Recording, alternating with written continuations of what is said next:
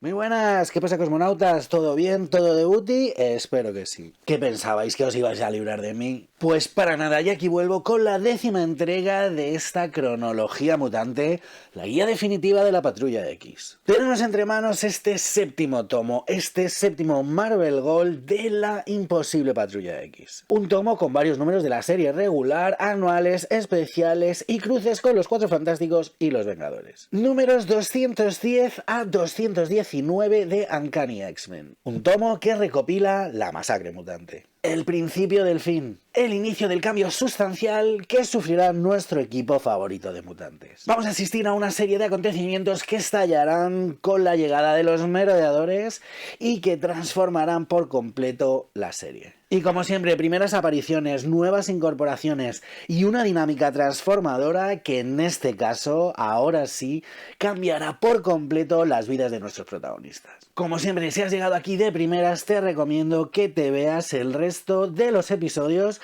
de esta cronología mutante. Por cierto, yo soy David García y esto es Cosmic Comics.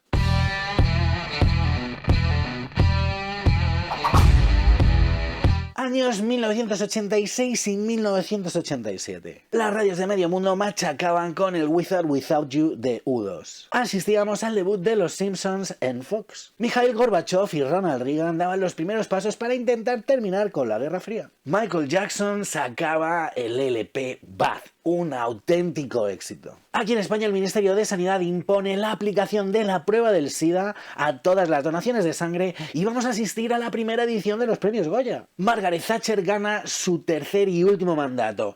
Y en Estados Unidos, Guns N' Roses sacan el Appetite for Destruction, el disco debut más vendido de la historia. En cuanto a la franquicia mutante, en Marvel estamos hablando ya de un éxito absoluto. Tenemos 3 series regulares, la Patrulla X, Factor X y los Nuevos Mutantes. 3 series que ya se empiezan a entrelazar en el que podríamos decir que es el primer gran evento mutante, la masacre mutante. Tengo que avisar que a pesar de la aparición de estos personajes de estas dos colecciones, no voy a profundizar en ellas. Creo que entorpecería bastante el ritmo de esta guía. Ambas series merecerían su propia serie de vídeos, algo que por el momento no tengo pensado hacer, la verdad. Este tomo que tengo entre mis manos, el séptimo Marvel Gold de la imposible Patrulla X, supone el principio del fin de una etapa tal y como la conocemos. Una etapa que empezaba allá por el Giant Size con la segunda Génesis. Una segunda Génesis que trajo a una serie de nuevos personajes que a partir de este momento y poco a poco irán cediendo su protagonismo en favor de otros personajes nuevos. 1986 y 87, 2 años por los que transita la serie regular entre los números 210 y 219. Unos números en los que ya podíamos ver cómo los tiempos estaban cambiando, cómo nos acercábamos lentamente a los años 90. Unos números en los que veremos la inclusión de Longshot en el equipo, la primera aparición de Mariposa Mental y la de los merodeadores. Asistiremos también al 25 aniversario de Marvel Comics. Veremos el primer enfrentamiento entre Lobezno y Dientes de Sable, un personaje que Claremont se trajo prestado desde Puño de Hierro y que sería ya un clásico mutante desde entonces. Vamos a ver los primeros cameos de un personaje como Mr. Siniestro. Un personaje que trabaja en la sombra y que tanta importancia tendrá tiempo después, prácticamente detrás de todo lo que le sucederá a la Patrulla X. Veremos cómo Dazzler, un personaje odiado y querido a partes iguales por el fandom, se unía a la formación mutante. Y veremos también la vuelta de Alex Summers Chaos al equipo. Una etapa en la que en su mayoría vamos a contar todavía con los lápices de John Romita Jr., con la ayuda en algún número de Brett Belvins o Jackson Guides. Y sí, vamos a asistir al primer número dibujado por un tal Mark Silvestri, el 218. Un dibujante que trajo un estilo fresco y nuevo y que se haría tremendamente popular en las siguientes etapas. La modernidad es ya casi un hecho. La llegada de Mark Silvestri a los lápices, algo que desarrollaremos en el próximo episodio, supondrá un antes y un después para la franquicia mutante. En todo caso, esta es una etapa marcada por el drama, por los cambios. Y es que la masacre mutante es totalmente un punto de inflexión en las vidas de nuestros protagonistas. La llegada de los merodeadores a los túneles Morlock, además de unir las 3 grandes tramas mutantes, supuso un golpe de efecto que trajo unas secuelas brutales. Personajes como Coloso, Rondador Nocturno, Kitty Pryde van a ceder su protagonismo en favor de otros como Longshot, Mariposa Mental o Dazzler. Un protagonismo que veremos cómo se va cediendo poco a poco a partir de este momento y que veremos veremos cómo cristaliza en la etapa posterior de la caída de los mutantes y en la etapa australiana. Por cierto, que si te está molando el vídeo le puedes dar un buen like, te puedes suscribir si todavía no lo habías hecho y ya sabes que si le das a la campanita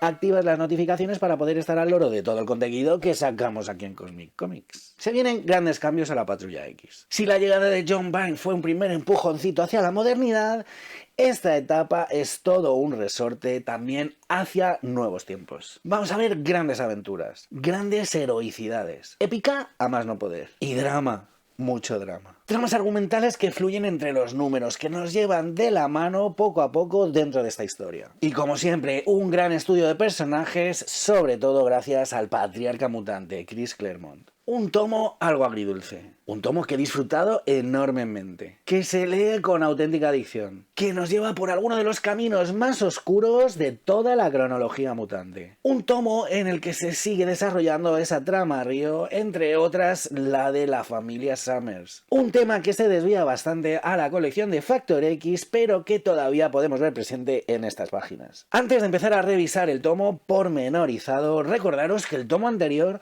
nos dejó con un tremendo cliffhanger en el que veíamos cómo desaparecía Rachel Summers. Pues es un cabo que no veremos resuelto hasta 1988 en el especial de presentación de Excalibur, The Sword is Drawn. Dicho esto, ahora sí vamos a adentrarnos, a sumergirnos casi página a página, número a número, en este detalle pormenorizado de todo lo que tenemos en este tomo. Empezamos con el número 210 de Uncanny X-Men, número que abre este tomo y que sirve un poco de prólogo a la masacre mutante. En estas páginas vamos a ver cómo Tommy, una joven mutante, será perseguida desde las calles de Los Ángeles hasta los túneles Morlock en Nueva York, por los que más tarde descubriremos que son los merodeadores. Vamos a ver cómo aparece Malicia, que se enfrenta a una Dazzler que está trabajando con Lila Cheney, ocultando que es una mutante. Pícara buscará por todo Manhattan a Rachel Summers para descubrir que ha desaparecido por completo. Por otro lado, vamos a ver cómo Magneto se reúne con el Club Fuego Infernal, que le ha ofrecido un puesto en el Círculo Interno, algo que tendrá bastante peso argumental en los nuevos mutantes. Y veremos también cómo se cruza con Factor X, reconociendo a los primeros estudiantes del profesor Xavier. Un número en el que vamos a ver cómo se presentan una buena cantidad de subtramas. La desaparición de Rachel, la llegada de los merodeadores, la modificación que hace Kitty Pryde a Cerebro para que cualquiera pueda usarlo. Y el que podría ser uno de los momentos más importantes junto a la llegada de los merodeadores, que es cuando Rondador Nocturno, después de ser perseguido por una muchedumbre, reconoce que está teniendo problemas con sus poderes. Y tras este número suelto, la llegada de dos anuales.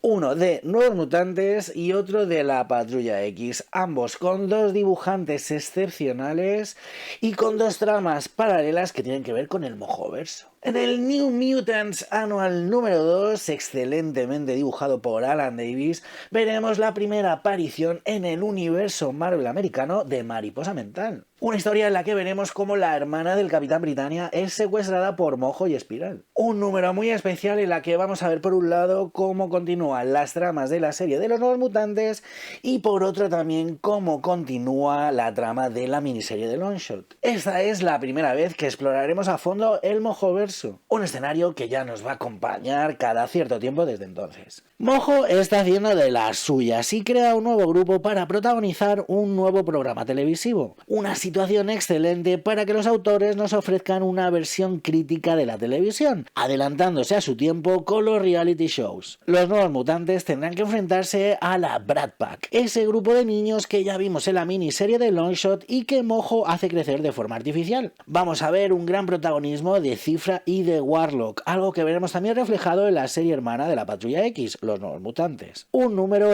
anual en el que podemos apreciar cómo Alan Davis muestra todo su potencial para reflejar esos mundos imaginativos que veríamos más tarde en Excalibur. Muy importante esta primera aparición de Mariposa Mental, que pocos meses más tarde veremos cómo la serie regular pasará a ser miembro de facto del grupo. Como también es importante la aparición de Longshot, que también pasará a formar parte del grupo. Y con esto llegamos al anual número 10 de Uncanny X-Men. Seguimos en el Mojoverso. Y vamos a ver nada más y nada menos que la primera aparición de los Bebés X. Continuando la trama del anual de los Nuevos Mutantes, veremos cómo la Patrulla X, que está siendo entrenada por Magneto, será secuestrada y llevada al Mojoverso. Vamos a ver aquí también a un Arthur Adams en estado de gracia. Grandes dosis de acción, primer encuentro de Longshot con la Patrulla X, nuevos encontronazos con la Brat Pack y mamporros a mansalva contra Espiral y el propio Mojo. Un anual entretenido, con gran participación de los nuevos mutantes, un auténtico divertimento en el que veremos cómo los cuerpos y las mentes de los miembros de la Patrulla X se infantilizan. Un juego que vamos a ver repetido en más ocasiones a lo largo de la historia mutante, pero que tiene aquí su punto de partida. Un número en el que tanto Warlock como Cifra, sobre todo Dark Francis, seguirán teniendo cierto protagonismo. Trollinas entre los jóvenes mutantes y los mayores, para finalmente hacer frente común contra Mojo. Y es que efectivamente los tiempos estaban cambiando. En parte gracias al trabajo de dibujantes como Arthur Adams, que ya en ese momento se adelantaba a su tiempo y creaba escuela. Creo que no podemos entender el gran cambio gráfico que se sufrió poco tiempo después sin esta figura clave que es Arthur Adams. Y llegamos al momento en el que verdaderamente se desarrolla la saga de la masacre mutante, números 211, 212, 213 y 214. 4 números en los que se desarrolla un evento que también salpica las páginas tanto de Factor X como de los nuevos mutantes. Aparecen ya totalmente los merodeadores, un grupo salvaje de cazamutantes que no dudan en internarse en los túneles Morlocks y asesinar a todo aquel que se ponga por delante. Como dato curioso, comentar que años más tarde descubriremos en retrospectiva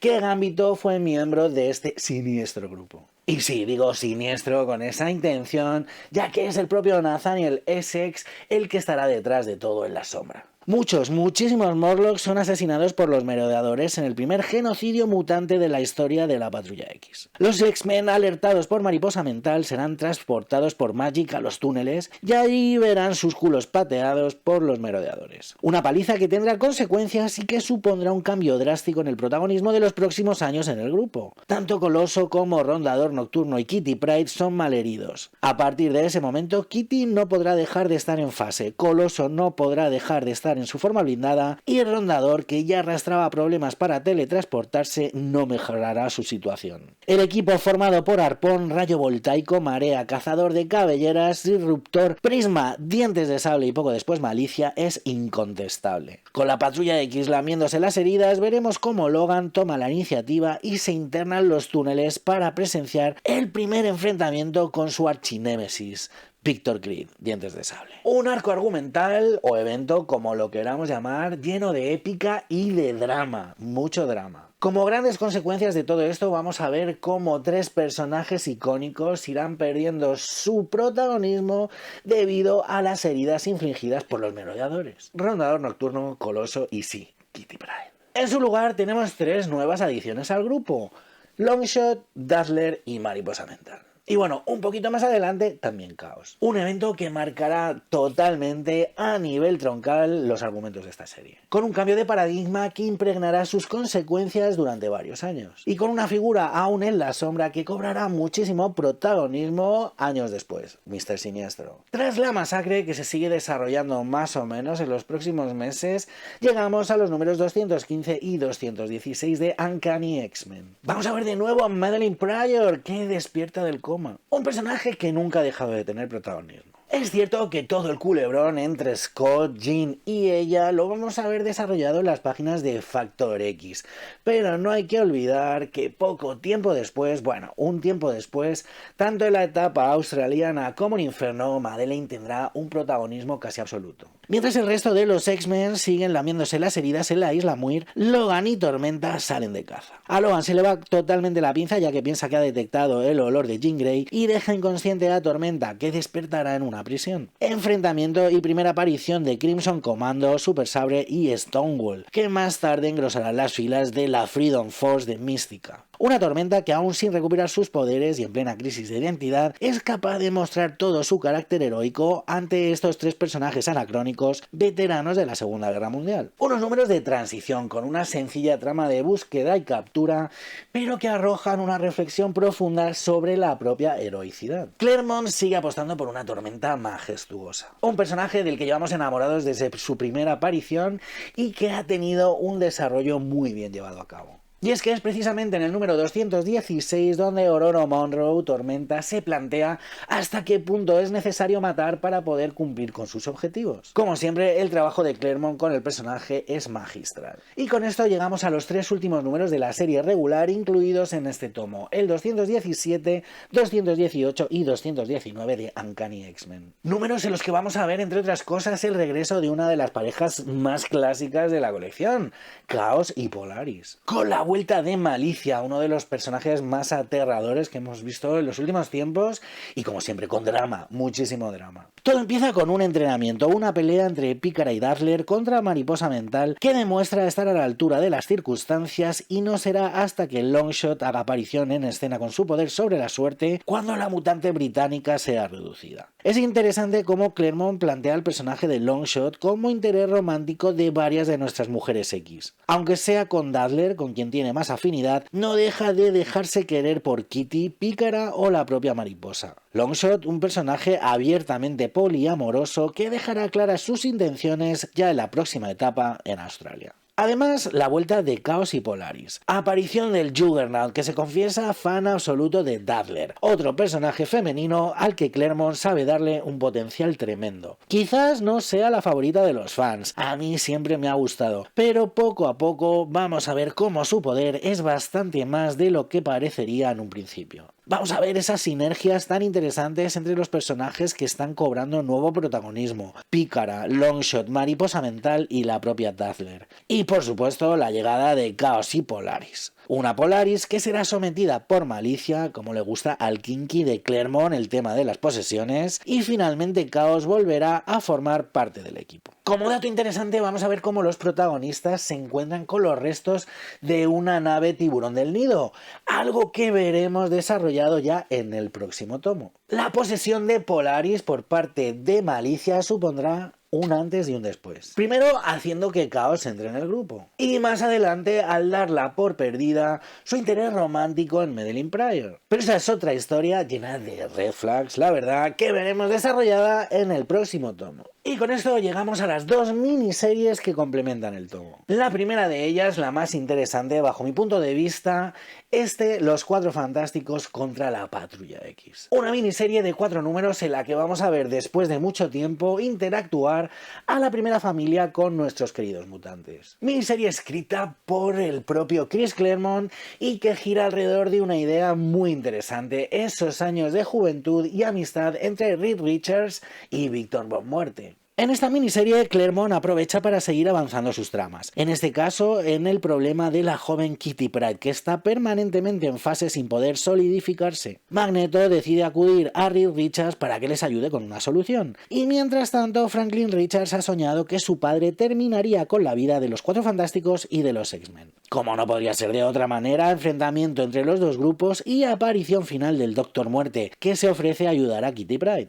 Entroncando con la premisa principal de los Cuatro Fantásticos, Claremont presenta un diario de juventud de Reed Richards que es descubierto por su mujer Susan, y en el que descubre cómo Reed sabía perfectamente lo que les ocurriría en su primigenio viaje con los rayos cósmicos. Me gusta muchísimo que el guionista británico juegue con la figura de Reed Richards, que duda de sí mismo. Finalmente será el propio Reed quien conseguirá que el proceso de curación de Kitty sea favorable, y aunque es algo que no se aclara totalmente, tanto Reed como Susan dan por hecho que ese diario de juventud fue escrito por Victor Von Doom y no por el propio Reed. Vamos a ver escenas muy duras, como por ejemplo la de Kitty Pryde decidiendo quitarse de en medio totalmente para dejar de ser un problema. Y vamos a ver una historia bastante interesante que mezcla las tramas del momento de la Patrulla X con temas muy primigenios, muy troncales de la primera familia. Una jugada que yo creo hubiera sido imposible mientras estaba John Byrne al mando de los Cuatro Fantásticos,